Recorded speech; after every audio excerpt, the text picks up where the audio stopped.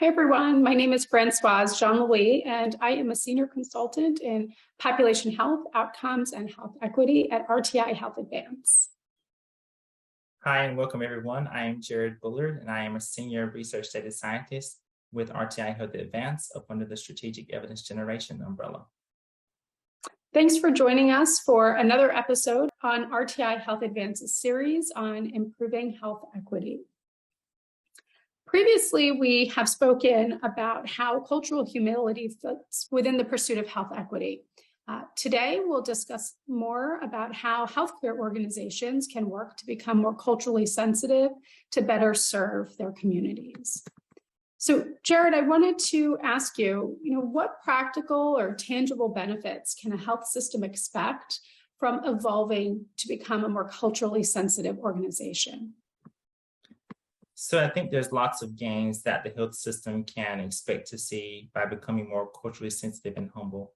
And the biggest improvement and gain that I hope and we should expect to see is closing gaps in patient outcomes like maternal mortality, infant mortality, and premature deaths like homicidal related deaths. When we close these gaps in outcomes and become a more culturally humble society, we can begin to gain the trust in the healthcare system and those that's delivering the care within the system. And we can also expect to see improvement in patient experiences. So patients reporting negative experiences or being treated differently or unfairly will hopefully reduce, and patients will feel that their best interest is being kept at heart. So furthermore, when the patient is more comfortable, they become more confident. And when you become more confident, you would expect to see greater engagement. So I expect to see, patient engagement much higher when the system is more culturally humble.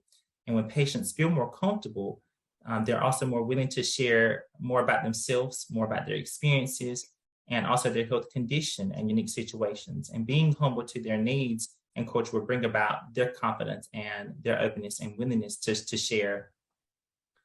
So when a patient is more satisfied, comfortable, confident, and engaged, they can be more open and being open to being more accountable for one's own health.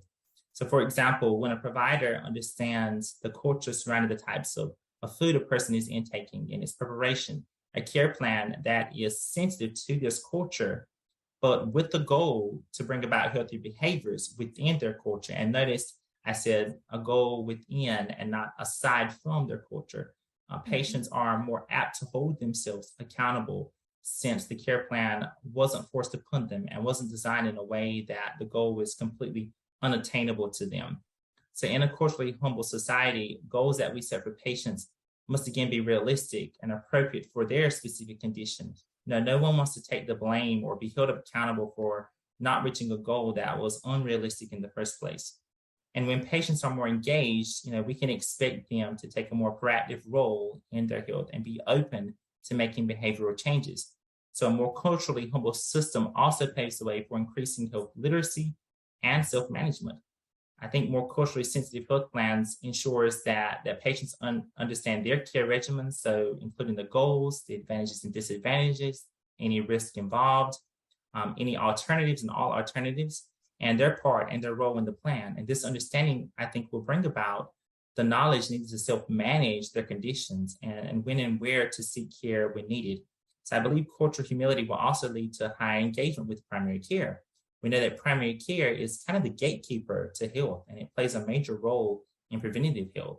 And consistent primary care is culturally humble can lead to better population health outcomes by way of early detection and diagnosis and avoiding costly and preventable acute episodes. Jared, you touched on the topic of patient experience. And in some of the research, I've seen that organizations are rebranding their patient experience departments as human experience. And I think that lends itself well to exactly what you just shared. Considering all of the demographic factors, the cultural factors, the societal factors that are impacting our patients beyond their time within the healthcare institution. So their food, their transportation, their socially economic status, all of these factors impact the way someone consumes healthcare. So considering a patient as more than just a patient when they're in front of a provider, but the whole human experience that impacts their care can help to support improving the health outcomes for all patients. With these benefits in mind, in your opinion, is it best to start small for providers to first change a program, process, or department, or does sustainable change come from the adoption of an organizational mindset that then shapes the behaviors and attitudes reflected in an institution's value system? I think that's kind of like the old chicken or egg adage, which came first. Yeah, I think this is going to be a big change for the healthcare system, and it's going to be an incremental change. It's nothing that's going to happen overnight.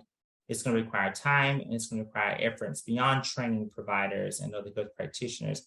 And I don't think just training in and of itself is sufficient. We can train providers to be more culturally competent, but to be culturally humble, it requires a behavior change on the provider or those that's providing the care. So the practice of cultural humility should be shared, but it would need to be embedded within the values and the mission of organizations or systems and in the mindsets of those within those organizations and systems. So one critical piece that I think will help organizations adopting and standardizing this cultural humility is standardizing how data can be collected in regards to disparities in social determinants of health. These disparities within systems and organizations must be defined and identified, and we must collect and disaggregate and stratify data by demographics and other factors in order to identify opportunities for improvement and populations who might need more targeted and care-coordinated care.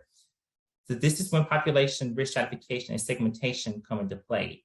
But even then, when doing predictive analytics to identify populations who are at risk for adverse outcomes, it must be done in an equitable fashion to ensure it does not widen any disparities. We don't want to widen disparities. We want to close them.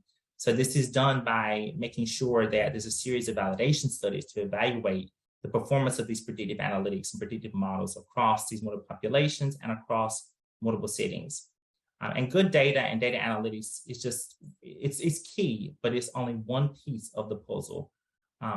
It will require a refocus in the mindsets of those that are delivering the care. But if we remember that we should treat others the way we would like to be treated, I think that mindset will start breaking down some of the biases and assumptions that we sometimes go into situations that are unconscious to us, but to the person on the receiving end, they can easily pick up on those unconscious biases that we may have. Yeah, absolutely. I think that accountability factor is key as well. And we're seeing that come about in the data, accountable to quality improvement, to performance improvement based on the data stratification, some of the data stratification models that you've alluded to. Additionally, we're seeing accreditation bodies, areas like National Committee for Quality Assurance, the NCQA, we're seeing CMS, they are all releasing information about how their accreditations moving forward will have a health equity twist to it.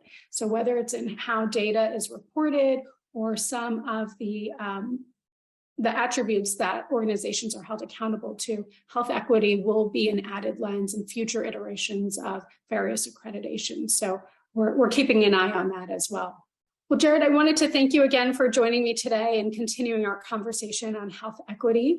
And thank you to everyone who has tuned in. For more information, please continue to connect with us at rtihealthadvance.org.